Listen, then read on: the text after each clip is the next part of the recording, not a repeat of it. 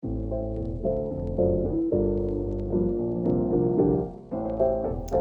guys, welcome back to the channel. Today we're going to review a Broadway Limited Southern Pacific Coast Daylight articulated chair 2-car set. Now the reason I'm making this review is actually because I tried searching on YouTube for a similar review and I couldn't find any. Instead I found a bunch of MTH Daylight cars, and personally I think these are superior to those, and so I decided, you know what, why not? I'll just make a review of the set that I got. So let's get started. Now, first thing I want you to note is how long this box is. This is literally like beyond my arm's length. And yeah, so shipping these is a real pain because you need to find a very long box. And also, it's kind of hard to remove the styrofoam from the box. You have to really dig into the box. And it's not a great design. But yeah, so here's the box. It's very beautiful. To the side. And then here's the car itself. Now, as you saw there, if we look at the paperwork, you'll see 2-year warranty. There you go. 2-year warranty. There is an exploded diagram right here of the cars. And now these two are instructions for how to disconnect and reconnect the cars. However, these are very poorly written. And I'm sure it's something in the print how they did it. But like you'll see, like, you know, like for example, I don't know if you can see that required, it's missing the Q. Periodic, the L's are missing. The L, C, and another L is missing. Simultaneously, like that's missing. Difficult. So it seems like the L's are missing. Circle. And some other things like back channel, I'm assuming. The K's, Q's apparently. And you know, it's just hard to read. But I mean, you know, with a little bit of guessing, I'm sure you'll be able to figure it out. But yeah, it's nice that they added the instructions for how to you know, split the cars apart. But at the same time, it's the printing went awry or something like that. These cars retail for, I believe, like $120. But you can see them these days on eBay for about $50. And I bought these for actually $39.99 from modeltrainstuff.com. I don't know why. I'm sure they found some kind of like back inventory that they forgot about. But yeah, they were retailed for really cheap. Well, first thing you want to note is that there's some foam inserts at the end that are always stuck, and they prevent the cars from being pulled out. So you gotta be very careful. Make sure to pull out the plastic actually, because otherwise you might damage the car. These diaphragms are very fragile, so yeah, just be careful with that. We're gonna move the side, take the car out. So as you see, this one came out attached. Now I bought 3 of these in total, and 2 of the 3, the cars came out disconnected. So you know, I'm sure it's just something that happened in shipping. But just be careful with that. Just be aware. Now you'll see one side I removed the foam already, but the others, actually both of them came out already. Yeah, so let's just set this down on the track. And yeah, so you'll usually see these foam inserts that you know, are inside like there, but just make sure you remove them. And yeah, so just be careful with the unboxing. The box isn't the best, but it works. So I'm set it down the track. And right here. And we'll get along with their review. All right, so if your car does come out, you know, disconnected, it's really easy to reconnect, and I'll show you right now. And just a note, real quick, if you want to disconnect your cars, it's just basically following the same steps, but just reversing it. All right, so first things first, we want to have a nice, very soft surface. I have this nice towel here, and we're gonna begin by flipping each car upside down. And then we want to disassemble this center joint. So first thing we're going to do is just pull this truck out. Something like that. We're going to put this diaphragm to the side. We're also going to pull this thing out. And then lastly, we're going to take out this electrical connector piece by again popping it out of the truck. Just like that. Alright, so now we're going to put this diaphragm, and we're gonna try to put this into one car. It does not matter which one, but we want to place it in without making sure that the rubber, really soft rubber parts of the diaphragm does not get snagged, just like that.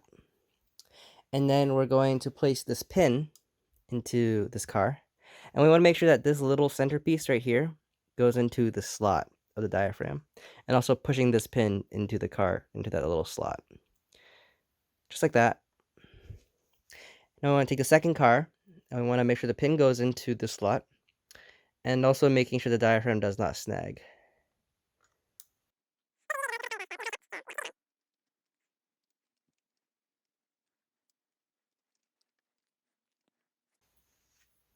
Alright, just like that. And now we're going to take this connector piece here, and you'll notice that there is a little thing on this side and none on the other. It does not matter which side it goes in.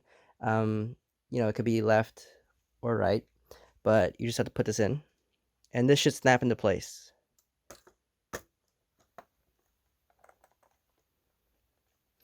Just like that. And at this point, you should be able to kind of gently pull against the cars, and none of this should fall out. And lastly, the last step is to just push this truck in. And you'll see this little pin here, and this is supposed to go into here. So it does, if it's on the right side, you just rotate this around. But otherwise, right now I have both things on the left side. So we're just gonna push this in. Just like that. And now we have a connected car. Alright, so a little prototype information about these cars. These were originally made by Pullman Standard, and they delivered 2 sets of these to Southern Pacific in 1937, of which each set had 3 pairs of these articulated cars. Now, obviously, they further delivered more sets in future years, and actually, these model the 1941 modernized version. Now, a little information about the model. Now, these are made by Broadway Limited, but they actually made 2 sets of these. They made the 1941 version, which is this, and they also made a more modern 1958, I think, version of these cars. And the only visual differences I could tell is that these have these say Southern Pacific lines on the top instead of Southern Pacific, which is the 1958 version. These actually have the lines in the back.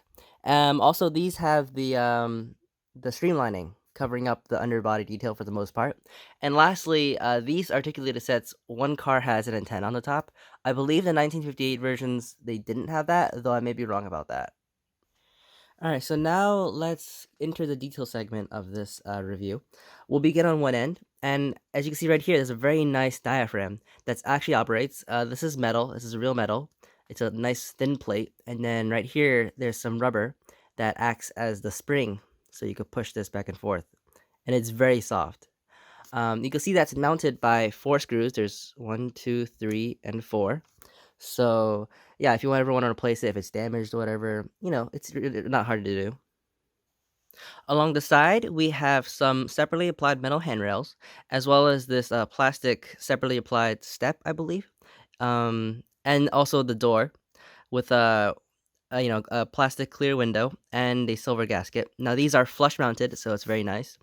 And then lastly, here is a little, I believe this is a step light, or it's a light that shines so when the steps come down, the passengers can see where they're going. And this is not operating; it's just a little, but there is a clear insert here, so it's nice that they have it. Now, one complaint I have is that these handrails are a bit thick, in my opinion, as well as this. Since this is molded in plastic, it's a lot thicker than I'd like.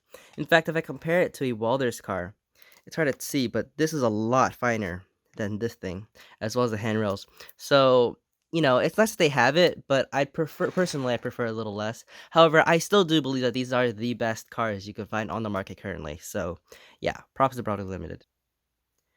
All right, on the side, you'll see more flush-mounted windows as well as the silver gaskets around them. You'll see some shades. The passengers are supposed to be able to pull down. However, they are all mounted on the same height, which is a little bit unrealistic, but it's nice again that they have it. It's better than none.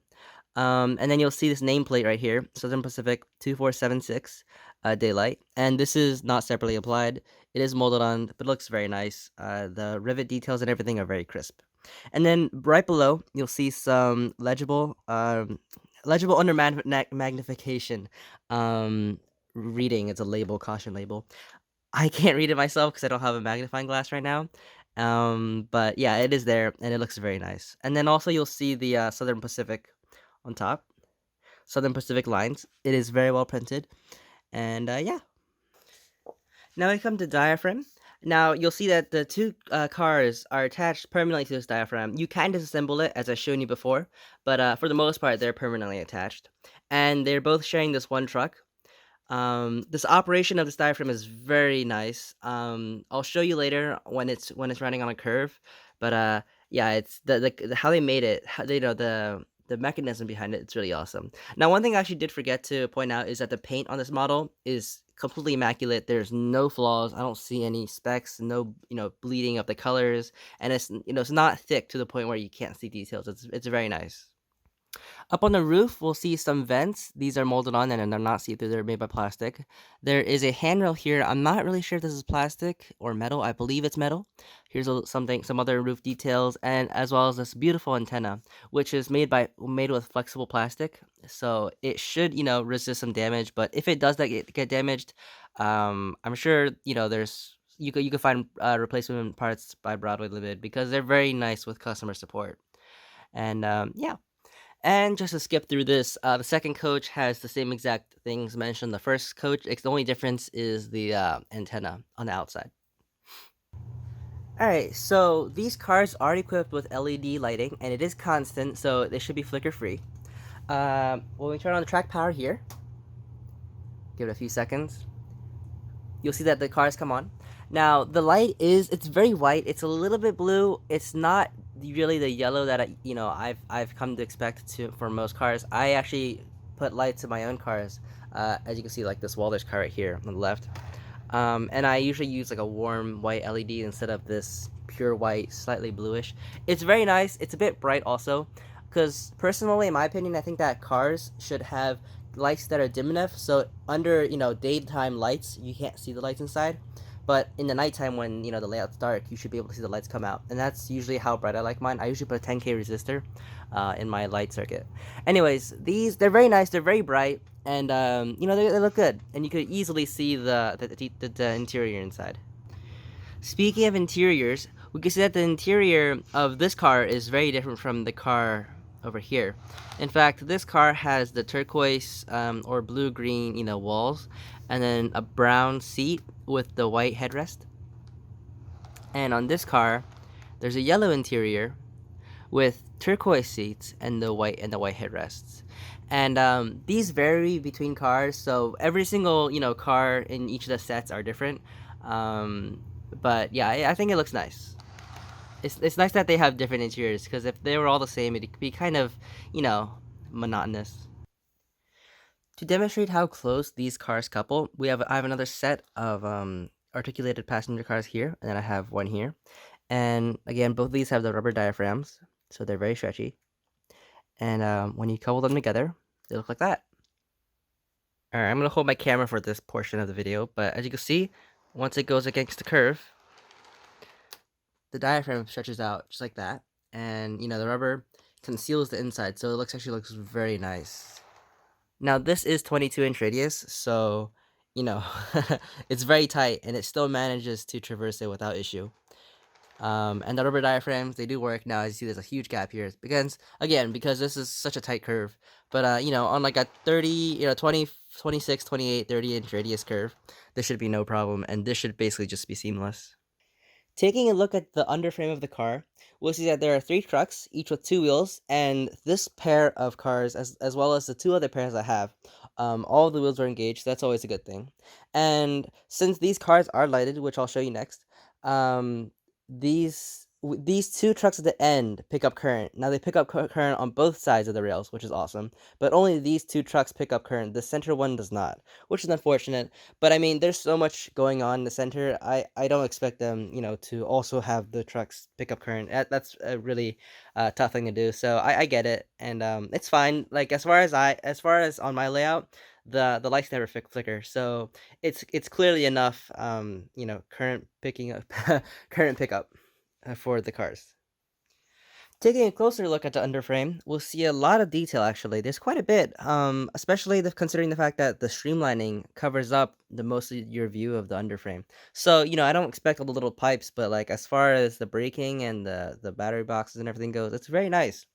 One thing I do need to point out though that I'm not very happy about, well, it's fine, but like, I expect a little more, is that the trucks, as well as all these underframe details, they're molded in black plastic and they're not painted, so they have this like glossy finish to it, as you can see, and it's not that realistic. I would either paint mine black or put like a matte coat over it. Hopefully that helps a little bit.